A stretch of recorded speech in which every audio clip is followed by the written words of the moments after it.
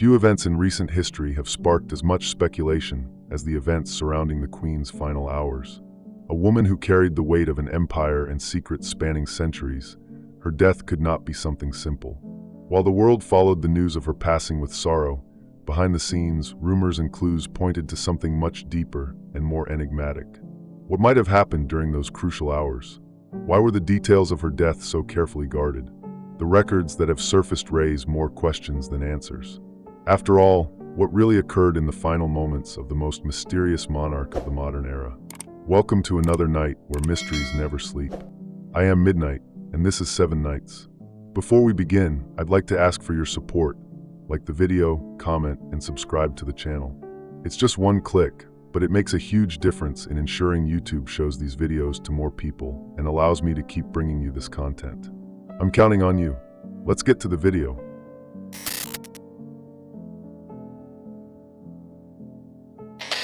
The Queen's death was announced as peaceful, surrounded by family in a farewell ceremony worthy of royalty. However, reports from within the palace highlight an intriguing detail.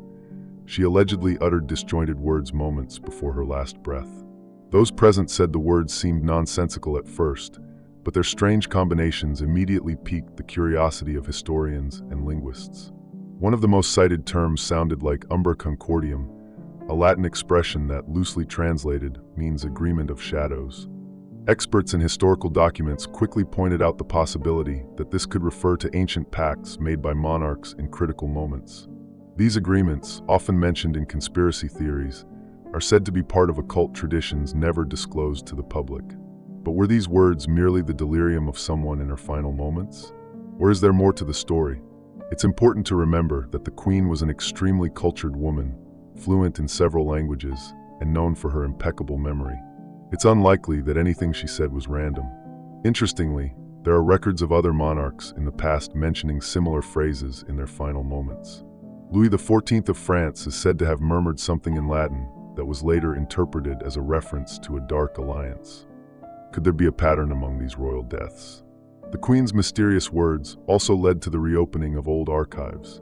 A document from 1889, kept in the Royal Archives, mentions a supposed transition ritual performed during times of succession.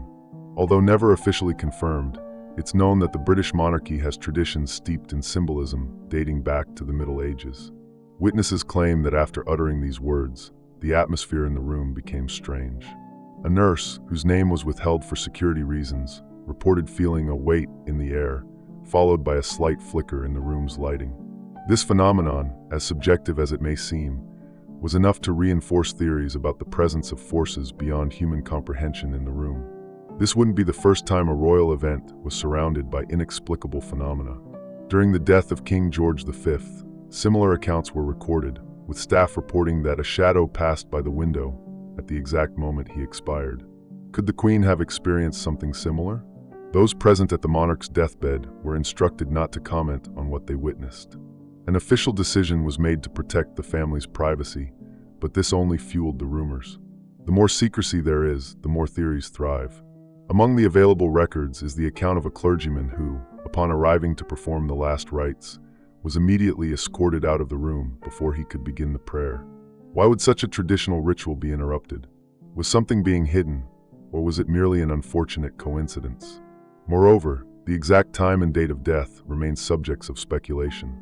While the official announcement came at 6:30 p.m., there are indications that she may have passed much earlier, possibly during the early hours. One reason for this theory is the position of the stars that night, which, according to astrologers, indicated a moment of rupture. Though skeptics dismiss these connections as mere superstition, those who study the monarchy's ties to the occult are quick to point out potential patterns. Words like umber concordium don't appear by chance, they say. And what if these last words were part of a code, something only comprehensible to those privy to the crown's secrets? One final, even more alarming hypothesis suggests that what she said might have been an attempt to stop something in progress. If that's true, what could the Queen have feared so much in her final moments? With every discovery, new fragments of information emerge, but no definitive answers are found. Were these disjointed words mere delirium, a sign, or a secret carefully hidden until her final moments?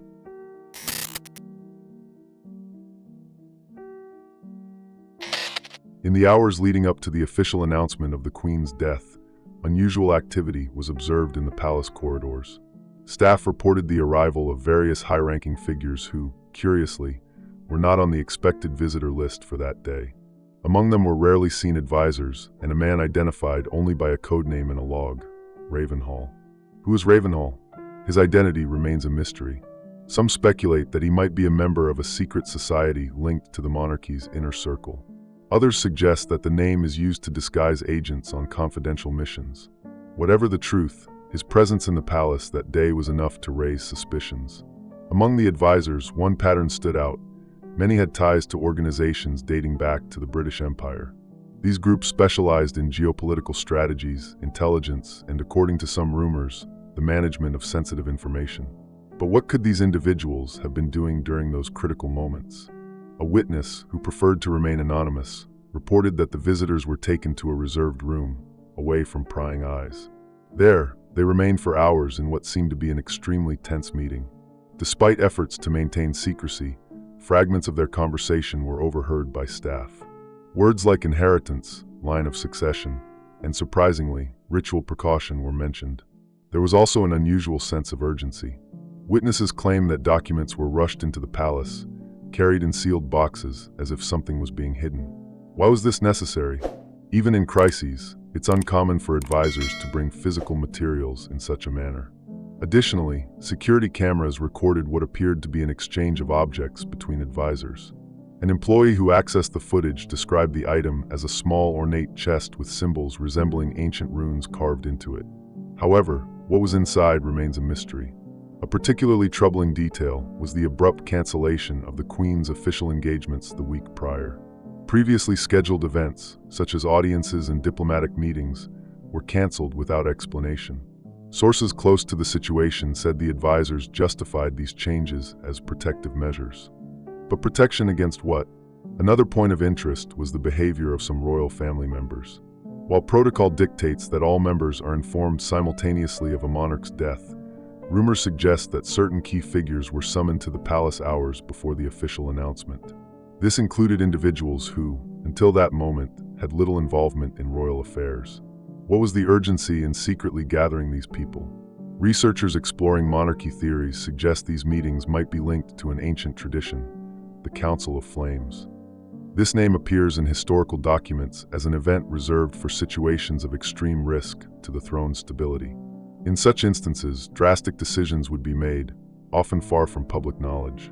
Could this have happened during the Queen's final hours? Many questions remain unanswered. Why did so many advisors need to be physically present in an era where most decisions are made virtually?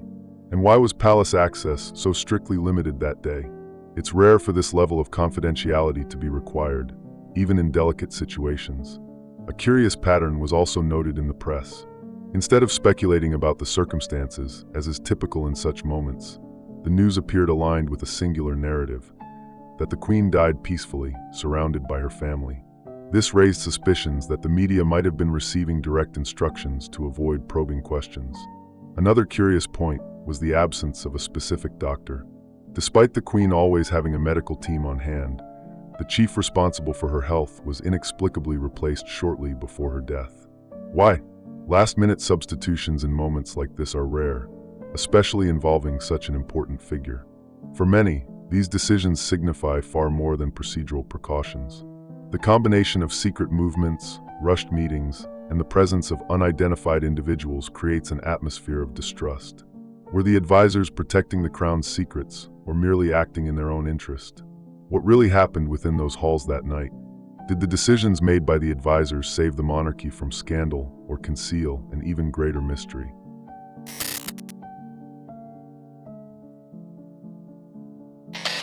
A seemingly insignificant detail caught attention shortly after the Queen's death. The clock in the main chamber stopped precisely at 3:07 a.m. At first, this occurrence was dismissed as a coincidence, attributed to potential mechanical failures. However, for scholars and theorists investigating the mysteries of the monarchy, the time carries meanings far beyond the ordinary. Historically, 3 a.m., widely known as the witching hour, is associated with a time when supernatural forces are believed to be most active, according to popular belief. Curiously, many significant events in British history, such as unexpected deaths and palace crises, have occurred during this time frame. Could the Queen's passing be another example of an inexplicable synchronicity? The clock, commissioned in the 19th century, was not an ordinary object. Custom-made, it bore Latin engravings and ornaments referencing myths about the transition of power. Symbolism researchers believe it not only marked time, but also played a ceremonial role in significant monarchical events. Yet the reason it stopped at the exact moment of death remains a mystery. Reports from staff who entered the room after the passing described a general sense of discomfort. Many mentioned a sudden drop in temperature, attributed to natural factors, but interpreted within the context as a sign of unknown forces. The stopped clock, combined with the temperature drop, created a charged atmosphere that further fueled speculation. Now imagine, you step into the room and feel the heavy atmosphere, almost as if something invisible was there. Would you stay or turn back immediately? No way I'd stick around. Among the most intriguing rumors is that the clock emitted an unusual sound before stopping. Staff reported a faint but accelerated ticking, as if the mechanism were functioning out of rhythm. Shortly after, it fell silent abruptly, as if marking the end of something beyond the mere passage of time. Curiosity deepens with the fact that the clock had recently been restored by a company with a history of repairing items tied to the monarchy. Details about the restoration process indicate that the technicians underwent rigorous security checks before accessing the object. What justified such caution? Was there something about the clock that demanded absolute secrecy? Occult experts suggest that the recorded time, 3:07, might symbolically relate to the concept of temporal rupture. Esoteric texts describe moments when time seems to break as windows of access for supernatural events or historical transformations. The Queen's death might have been one such moment, intentional or not. Another intriguing detail concerns the clock's fate after the incident. As soon as the death was officially declared, the object was immediately transported to the royal archives. According to an employee, it was sealed in a secure box, along with other historically significant items from the room. However, no official explanation about the clock's removal was provided, and the reason for its transfer remains unknown. The lack of information only strengthens conspiracy theories. Did the clock play a more significant role than it appears? Was it stopping merely a coincidence, or was it connected to something deeper, perhaps a ritual or an event beyond common understanding? The stopped clock has since become a symbol for those investigating the monarchy's secrets. To skeptics, it is nothing more than a mechanical object prone to failure. But to others, it may represent a marker of a unique moment, a signal that, in some way, time itself stopped along with the Queen's life.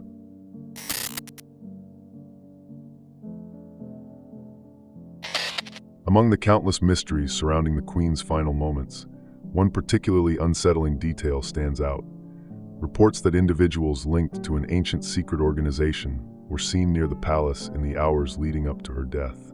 This organization, known to some as the Brotherhood of Shadows, has been the subject of conspiracy theories for decades, associated with pacts and rituals tracing back to the origins of the British monarchy.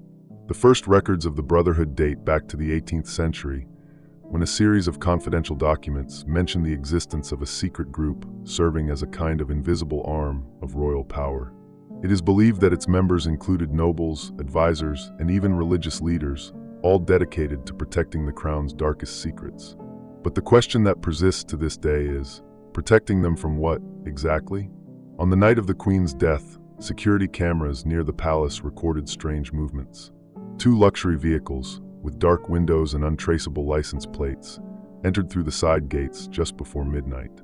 Internal sources claim that the occupants of the cars were not on the official visitor list, and their identities remain unknown. Witnesses described a group of people wearing formal attire, but adorned with discreet symbols on their coats. One of these symbols was identified as an insignia resembling a raven over a circle. This emblem, according to historians, is associated with protective rituals performed during moments of power transition. Were these individuals members of the Brotherhood? The connection between the monarchy and secret societies is nothing new.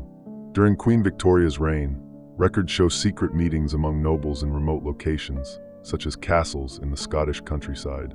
These gatherings, shrouded in secrecy, often involved readings of ancient texts and symbolic practices that were never explained to the public. The Brotherhood of Shadows, according to some theories, was born from these meetings. One of the most intriguing elements of this story involves an artifact known as the Ring of the First Oath. This ring, supposedly kept in royal vaults, is said to be used by Brotherhood members to seal pacts on behalf of the crown. It is rumored to be made of a rare metal and engraved with inscriptions that no one outside the inner circle has been able to decipher. Could it have been used on the night of the Queen's death? Another key point is the alleged connection of the Brotherhood to a legendary book known as the Codex Umbra. This manuscript, theorized to contain hidden secrets about the line of succession and protective rituals, is said to have been consulted during times of great crisis. Unofficial sources suggest that the book was removed from the royal archive in the week preceding the monarch's death. But why now, after so many years of silence about it? Palace staff reported that a specific room, normally closed to the public, was reopened on the eve of the Queen's death. Known as the Windsor Chamber, this location is believed to have been designed for highly confidential meetings. Historical accounts state that the chamber was used during World War II when the United Kingdom faced its greatest threat. Could something of equal importance have been happening now? A detail that reinforces suspicions is the disappearance of documents related to a supposed continuity pact for the monarchy. These documents, according to old leaks, would describe agreements made with external organizations to secure British dominance over strategic territories. The Brotherhood, in this case, would be the guardian of these promises. Were such documents consulted in the Queen's final hours? The Brotherhood's presence also raises questions about its true purpose. Is it merely a protective group, tasked with preserving the monarchy's interests? Or do its actions involve something darker, such as using rituals to guarantee the crown's power and stability?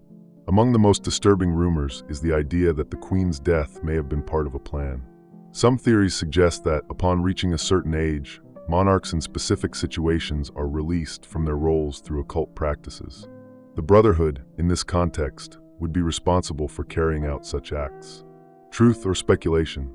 Despite the lack of concrete evidence, there is a pattern that cannot be ignored. Whenever a monarch faces severe crises or moments of transition, the presence of mysterious figures and symbolic rituals is often recorded.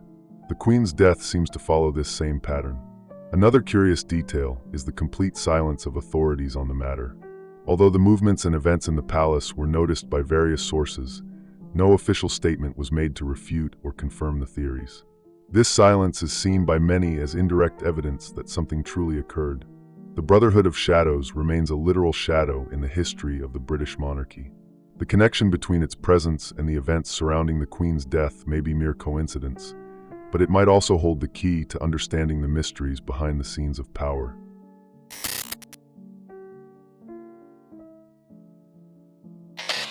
Among the oldest mysteries surrounding the British monarchy, few are as fascinating and controversial as the legend of the Royal Black Book. This manuscript, shrouded in conspiracy theories, is referenced in historical documents as a confidential record passed down through generations, entrusted exclusively to the sovereigns of the crown. It is said to contain secrets that cannot be shared, not even with the kingdom's highest advisors. According to ancient records, the book was allegedly commissioned by one of England's earliest monarchs, possibly during the reign of Henry VIII. At the time, the country was undergoing turbulent political and religious transformations, and evidence suggests the text was created as a guide for future kings during times of crisis. But what kind of knowledge could be so dangerous as to remain restricted solely to the sovereign? Historians who have studied references to the book believe it contains information about secret alliances, pacts with other kingdoms, and even instructions for dealing with extreme situations, such as internal conspiracies or rebellions. However, a darker theory claims the book is not merely a political guide, but also a record of esoteric practices and rituals used by the monarchy to ensure its grip on power. The Black Book is described as small, with a leather cover adorned with enigmatic symbols, including the royal crest surrounded by unknown runes. Accounts from those who have supposedly seen the manuscript, though rare, state that many of its pages are coded. A linguist who analyzed leaked excerpts in the early 20th century claimed part of the text was written in an archaic form of Latin mixed with extinct languages. In the Queen's final days, rumors suggest the Black Book was retrieved from its vault in Buckingham Palace and taken directly to her chamber. Staff who witnessed the movement reported seeing a small chest carried by two assistants under heavy security escort. Could this information have been consulted by her in her final moments? Curiously, there is an ancient tradition tied to the monarchy that many dismiss as mere legend. The sovereign must write a page in the Black Book before their death. This ritual is said to serve as a way to pass knowledge on to the next monarch. But what could the queen have recorded in her final hours? Could she have revealed secrets, even unknown to the royal family? Another intriguing detail is the Black Book's alleged connection to the Blood Oath, a symbolic pact said to have been made by certain British monarchs. According to esoteric texts, this oath establishes a direct link between the king or queen and the spiritual forces protecting the empire. Conspiracy theorists suggest that this pact, if real, would be renewed with each power transition, and the book contains the instructions for doing so. The disappearance of the manuscript following the Queen's death has also raised suspicions. Sources close to the palace's inner circle claim the Black Book was sent to an undisclosed location immediately after her passing, and its whereabouts have remained unknown since. Is it being used to prepare the new monarch? Or was it hidden to prevent its secrets from being uncovered? The royal family's silence about the Black Book only deepens the mystery. When asked about its existence, monarchy spokespersons have consistently denied or deflected, claiming it to be nothing more than a historical invention. However, documents leaked in the early 21st century include references to a council book, which many believe to be an alternative name for the manuscript. Theorists also point to an interesting pattern. Deaths and power transitions in the monarchy are often followed by periods of heightened secrecy and internal reorganization. What is being reorganized? Could the Black Book play a central role in these transitions? Among the most curious details about the legend is a supposed warning contained in the manuscript's final pages. According to rumors, the last pages caution that the book must be destroyed should certain global instability signs arise. This idea of a shelf life for the Black Book is often interpreted as a metaphor for the collapse of monarchical power. The Black Book remains one of the British monarchy's enduring mysteries. Its existence has never been officially confirmed, but the fragmented details that emerge point to something far beyond a mere historical relic. What does it truly contain, and why does its presence seem so crucial in the final moments of a sovereign?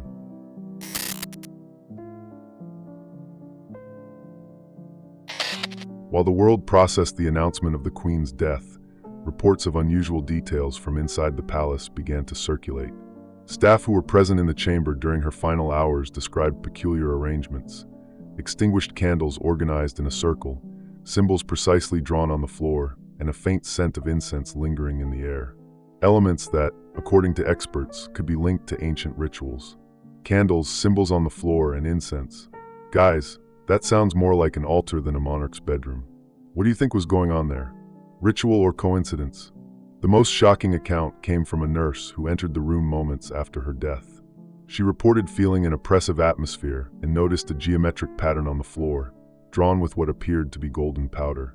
While the meaning of the symbols remains unclear, historians suggest they resemble protection circles used in ancient cultures like the Celts. Why would something like this be present in the bedroom of a modern monarch known for avoiding associations with mystical practices? There are also accounts of enigmatic sounds heard by staff near the chamber before her passing. Many reported murmurs and muffled chants that abruptly ceased. While dismissed as coincidence, these sounds fuel theories that something unusual occurred in the room. Occult specialists point out that symbolic practices like these are often conducted during moments of great crisis or transition. Another detail that drew attention was the extinguished candles arranged in a pattern resembling a pentagram within a circle. This configuration is commonly associated with invocation or protection rituals, but the fact that the candles were extinguished suggests the ritual was either interrupted or left incomplete. Staff claimed no one dared to touch the objects, fearing they might interfere with something they didn't understand. One specific item found in the room also sparked speculation: a golden medallion clutched tightly by the Queen in her final moments. The object, adorned with a symbol resembling the balance of opposing forces, was identified by historians as possibly belonging to the royal lineage for centuries. Could it have been a protective amulet? And more importantly, why was she holding it so tightly in her final moments? Another peculiar element was the scent of incense. Experts identified the aroma as similar to herbs like myrrh and sage, traditionally used in purification and spiritual protection rituals. Though it might seem insignificant, the presence of these substances in the monarch's chamber creates a symbolic connection to ancient practices that cannot be easily overlooked. An even more intriguing detail was a document found on a table near the Queen's bed. Although its contents were immediately removed and classified, witnesses claimed it appeared to contain unusual inscriptions, possibly in a ciphered or symbolic language. Could the Queen have left a final message accessible only to those familiar with the Crown's secrets? After her death, the chamber was sealed off quickly. A special team entered the room before any other staff could access it, with explicit orders to remove items of interest. The speed and secrecy of this operation heightened suspicions that something extraordinary was being concealed. Why did the monarchy act so swiftly to isolate the location? Symbolism experts suggest a disturbing theory. The ritual performed in the chamber may not have been an attempt at protection, but rather one of closure. In esoteric traditions, certain rituals are used to seal energies, objects, or secrets that cannot be released. Was the Queen, in her final moments, attempting to contain something that should not be revealed to the world? The monarchy's silence regarding these events only reinforces speculation. The signs found in the room, symbols, candles, incense, and even the medallion, are more than coincidences. For many, they represent evidence that, even in modern times, the monarchy maintains deep ties to traditions and secrets that date back to ancient eras. The Queen's death, announced to the world as a moment of peace and serenity, conceals details that seem to defy conventional explanations. Cryptic words, secretive advisors, a mysteriously stopped clock, and symbols linked to occult practices. All these form a mosaic of events that raise more questions than answers. Could these occurrences be fragments of a larger story, carefully guarded for centuries? Amid theories of secret societies, legends of a black book, and signs of an unfinished ritual, one thing is certain. What happened in the Queen's final hours transcends the visible. Every piece of this puzzle suggests that, even in modern times, the monarchy's secrets remain untouched, safeguarded in the shadows. This story is but one piece, and someday, perhaps the entire puzzle will be revealed. If this made you think, subscribe and like the video. It helps the channel grow. Don't forget to share. After all, more voices mean more discoveries.